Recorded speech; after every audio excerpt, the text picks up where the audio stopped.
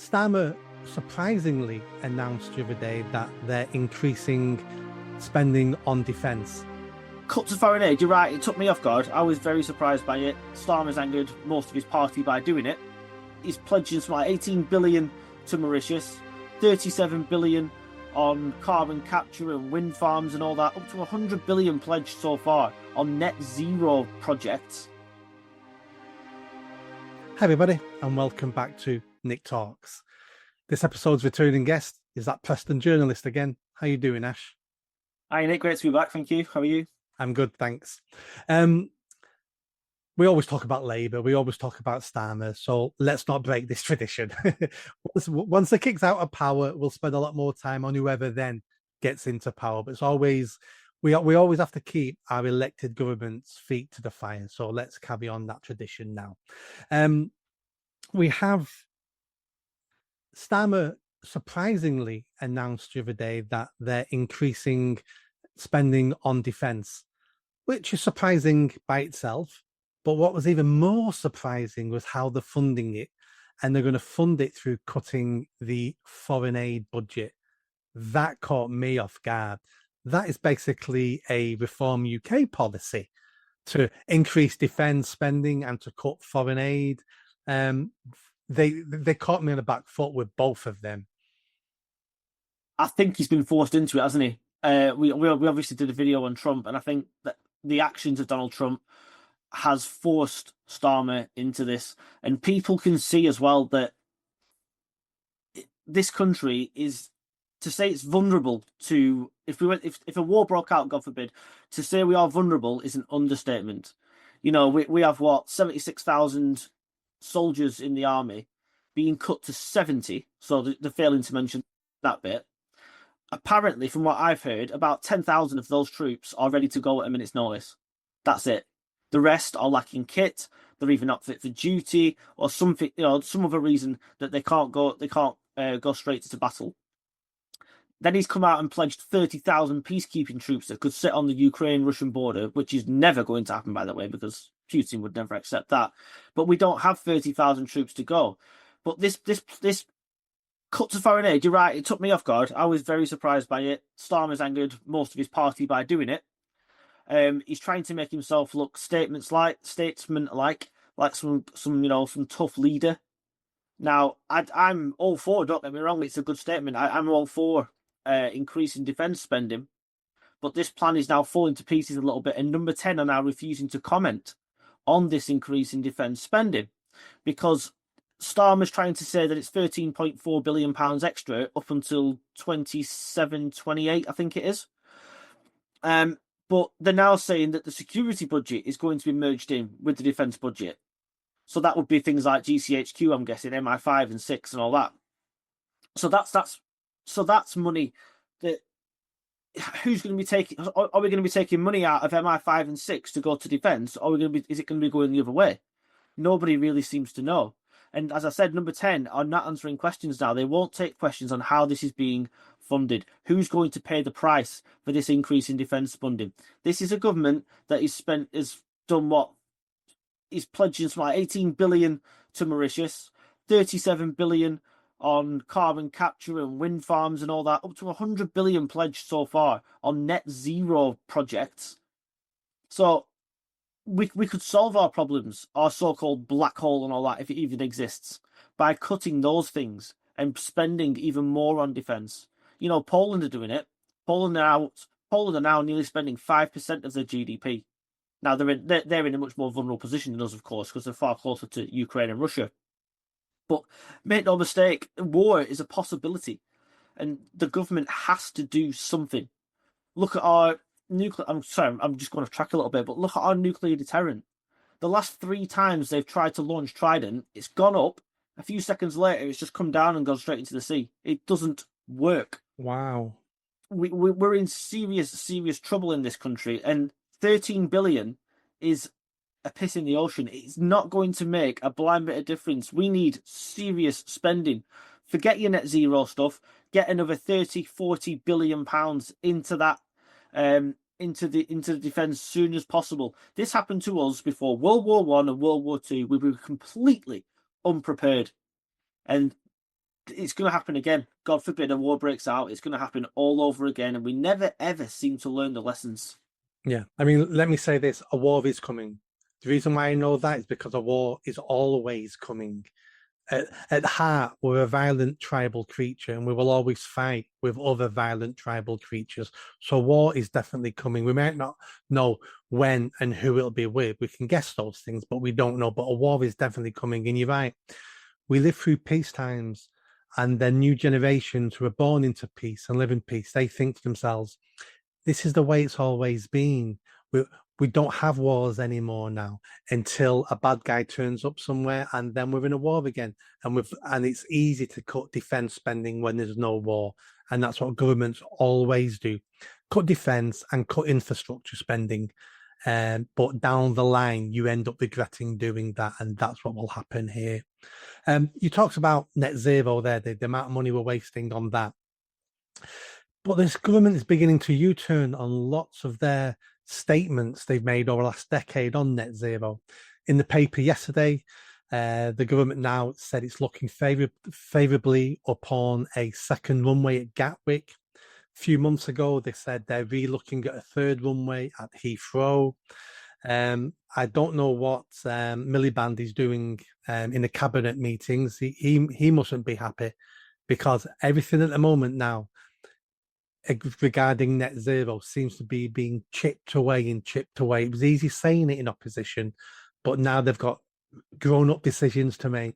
The economy is collapsing. No one's happy, and they're trying to take that money away now to invest it somewhere else, to create jobs, to create wealth, to make them look good. And net zero isn't that. Absolutely, yeah. I don't know if you've noticed, but you should mention Miliband. He's not turned up to PMQs for weeks now, and people. He's obviously not happy, but he's also so principled that he said he won't resign over it. So if you really cared that much, and you thought this government was going back on what you allegedly care about the most, despite him not having an electric car or a heat pump himself, you would think that you would resign over that and say this is disgusting, etc.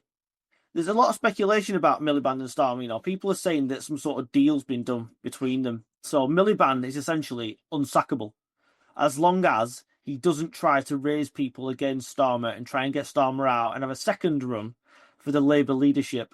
Now, I don't think for a second that Miliband could possibly win a leadership contest in Labour, but it wouldn't surprise me as some shady deal.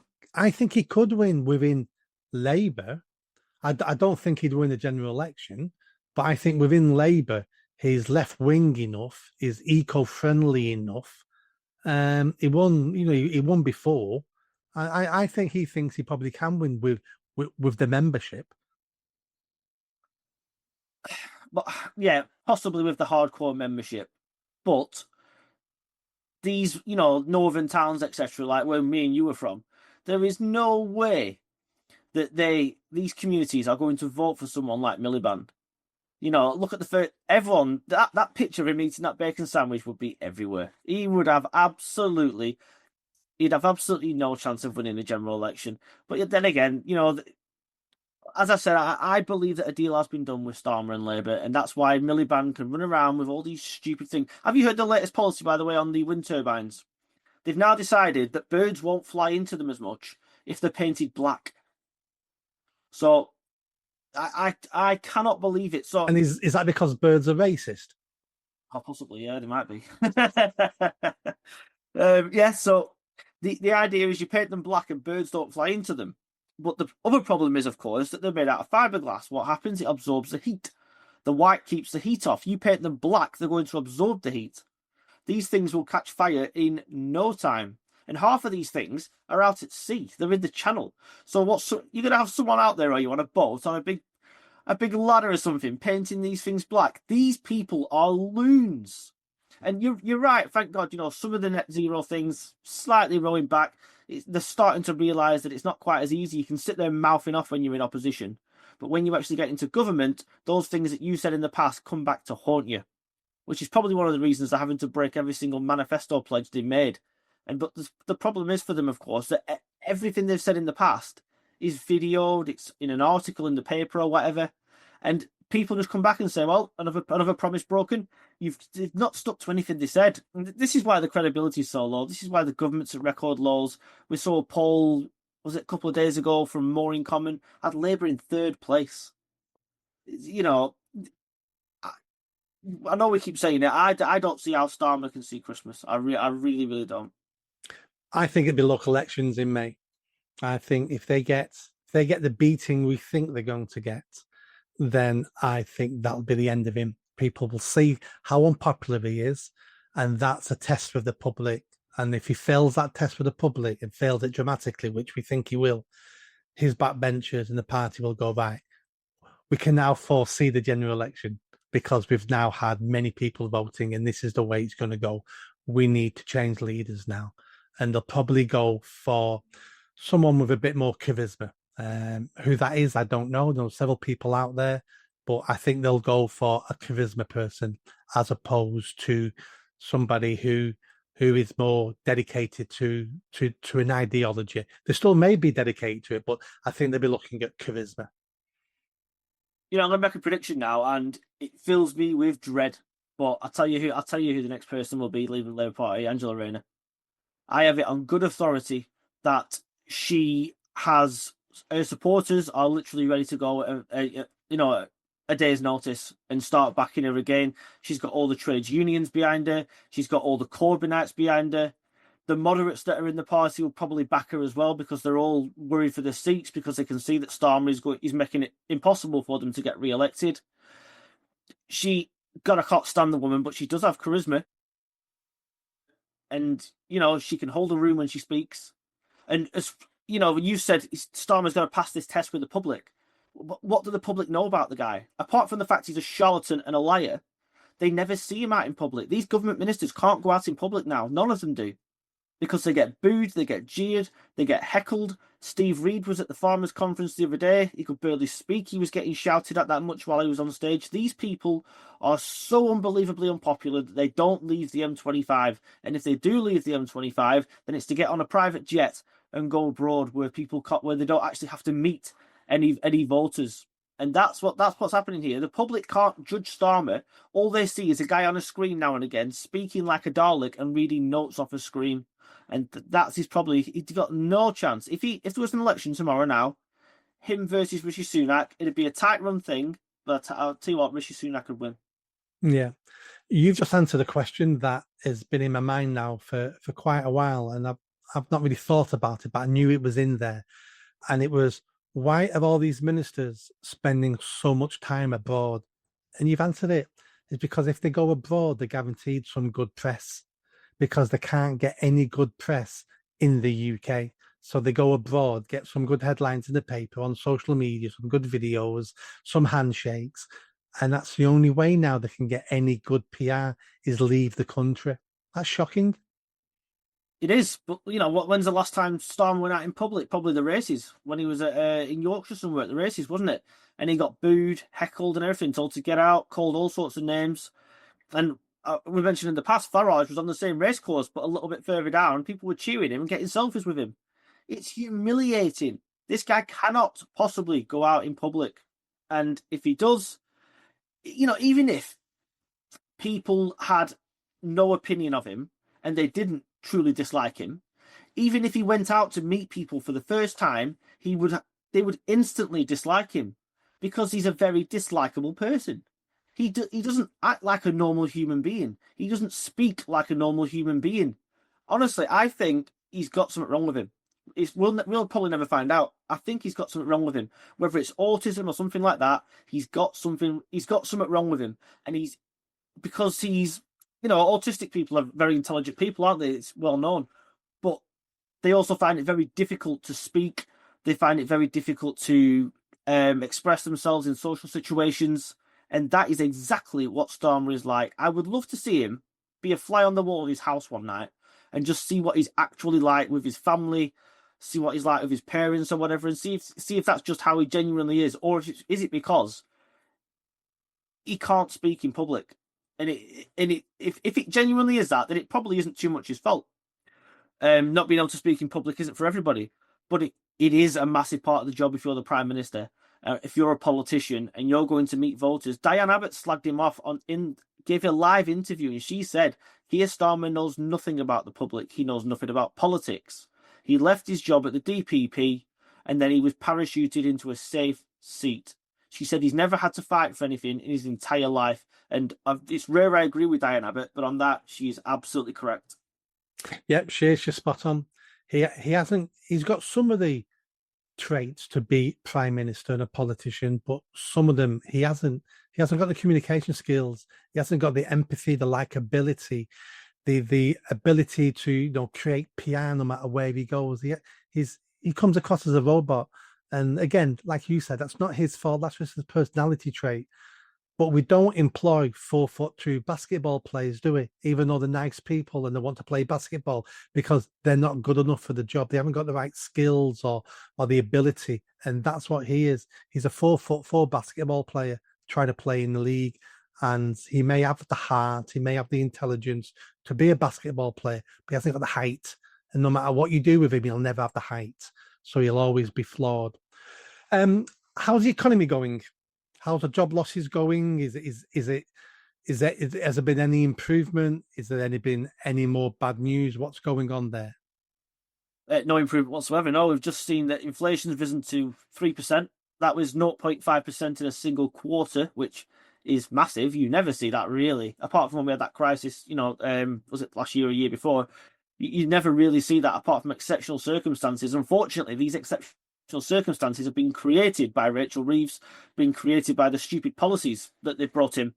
And people, if people think the jobs are safe now, all right, well, things are steadying out. Just you wait till April. We are in serious, serious trouble. That's when this new, national insurance contributions, etc., are going to come in. These economic policies are going to start biting in April, and you're going to see a lot of businesses go under as a result.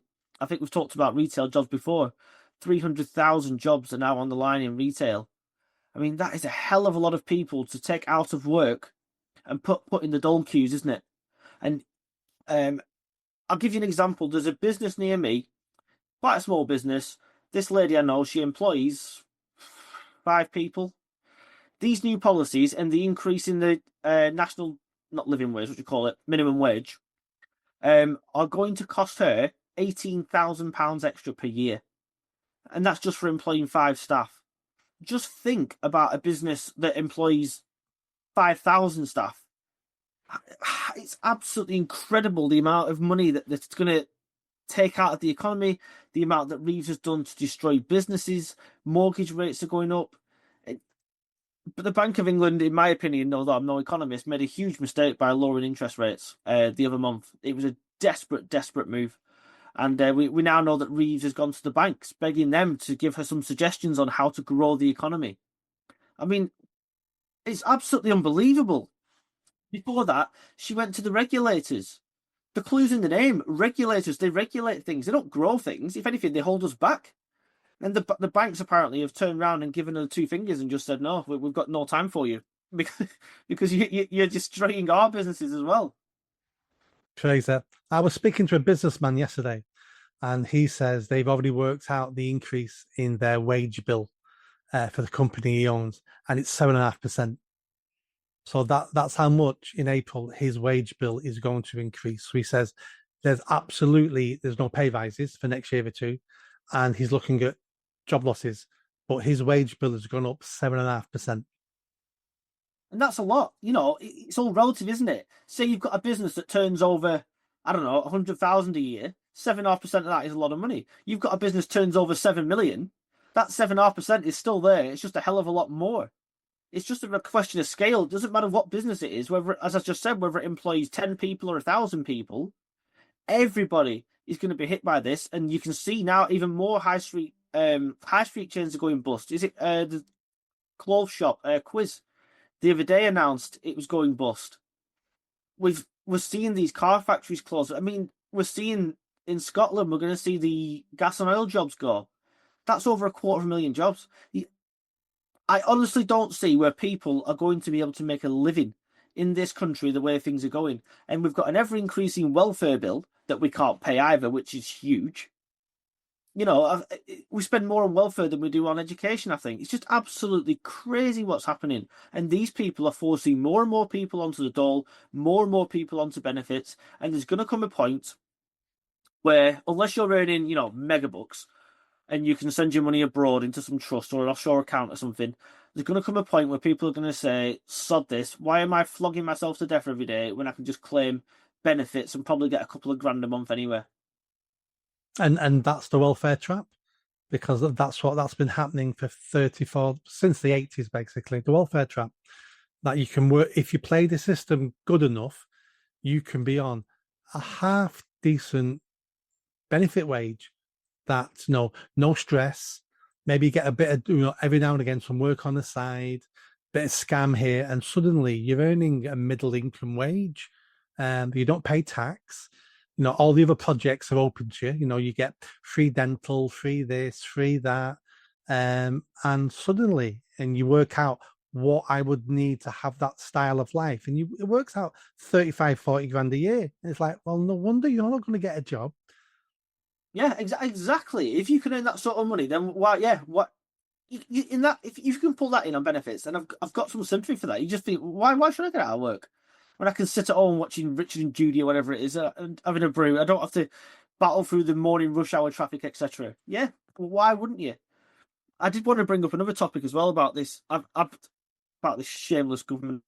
I don't know if you saw that the story that Starmer has had Churchill's portraits removed from Parliament, which is absolutely disgusting. And I've got a theory around this. Starmer doesn't want Churchill on the walls. You know why? Because Churchill was a great leader, the greatest Briton, as he's regularly voted.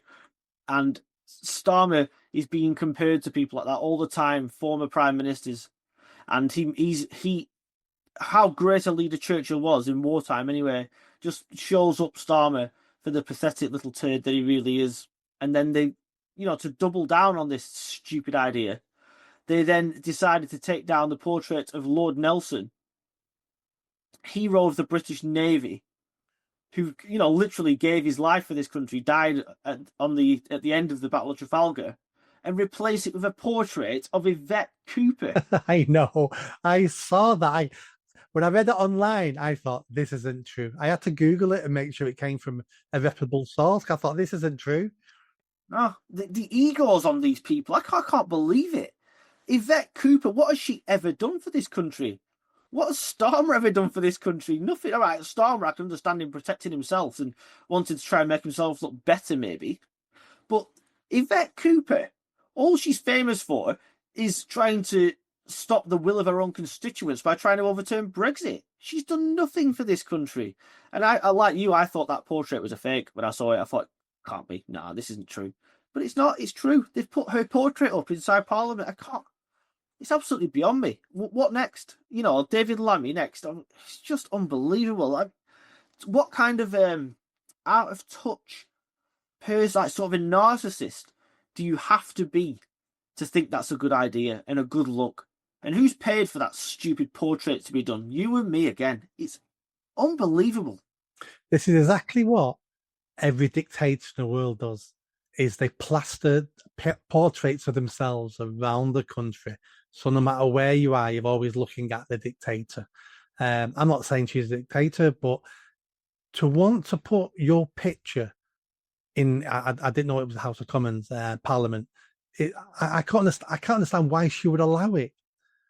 Maybe after she's retired, maybe it's like, well, do you know what? I was a good politician. And she might think that, but you wouldn't do it while you're still serving, because that just stinks of vanity. Yeah, like you said, has it got no shame? You would think, yeah, come on, this is a bit ridiculous. Especially when you're replacing somebody like bloody Nelson. Good God. I mean, if there was a spare bit of wall somewhere, maybe in the toilets or something, put it in there. No, but you don't replace someone like Nelson with Yvette Cooper. What is wrong with these people? We had the same thing in Rachel Reeves' office, didn't we? I forgot, was it Disraeli or something there was a picture of? And she had that taken down, didn't she, for... Wasn't it Thatcher? Sorry, Thatcher, yes, it was, yeah. Replaced with the founder of the British Communist Party. I mean, what is these people? They don't live on planet Earth. They've got no self-awareness. Well, some of it is virtue signalling. Some of it is them sending a little bit of red meat to their far left supporters, as in, there's nothing I can do. I'm crashing the economy. The country's failing. We're hated. But look, I'm going to do this, and it's going to really annoy patriotic people on the right. That's what I'm throwing you. I think they do some of these things for the right headlines, for the right backlash. Yeah, possibly. Yeah. I mean, look, if you look at the popularity ratings though, and that, it's really not doing them any favors, is it? I don't see how it's helped them in any way, shape, or form. And we talk about the economy and all that. Who do they really need to work in this country? The indigenous population, because it's still 80-odd%, white British, this country. Without the white British, who they keep slagging off and calling far right, the economy would crash. And this isn't racist to say this, by the way. Certain communities that come to this country and emigrate over here end up living off the state. They do not contribute to the economy. And that's just fact. Things like the Somali community, for example, I know I've picked on them before, I don't mean to. It just, in general, it's not just them. There are others that come over here, and the fact is you are more likely to live in a council house, and if you work at all, you're more likely to be in a low-skilled, low-paid job, sucking money out of the economy rather than putting it in.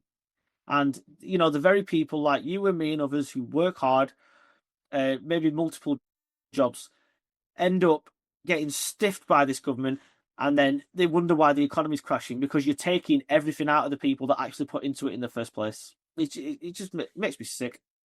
Short-termism. These politicians are only ever looking at the next general election. They're not looking at fixing any big problems, because that takes decades. They just want to be re-elected again. So if we can put some sticking plasters on these problems and kick it down the street, then I might get elected again. And that's been our problem since the Second World War. Is we don't fix any problems. We just push them down the road, hoping someone else will take the hit when they're out of politics. Ash, yes, somebody. Oh, sorry, can I explain one point? Go on. Somebody else will take the hit. Whoever wins that next general election, because it's not going to be Labour, are once again going to inherit a Labour Party economy that is on the verge of crashing, just like the Tories did 14 years ago. And then they're going to have to try and rebuild the economy and spend their first term, if they're lucky enough to get a second one, trying to rebuild an economy that's in a smouldering wreck. And that's what history teaches us, that the government that always comes after a Labour government has to fix the economy, because we usually bankrupt and the economy is going down the drain. And that's what every government has done after every Labour government over the last 100 years. History repeating itself again. And like you say, next government's going to have to do it. Ash, thanks for coming back on again. And let's keep doing this, and let's see what's coming down the road with these people we call politicians. Yeah, cheers, Nick. Thanks very much. Always a pleasure. Cheers. Bye bye.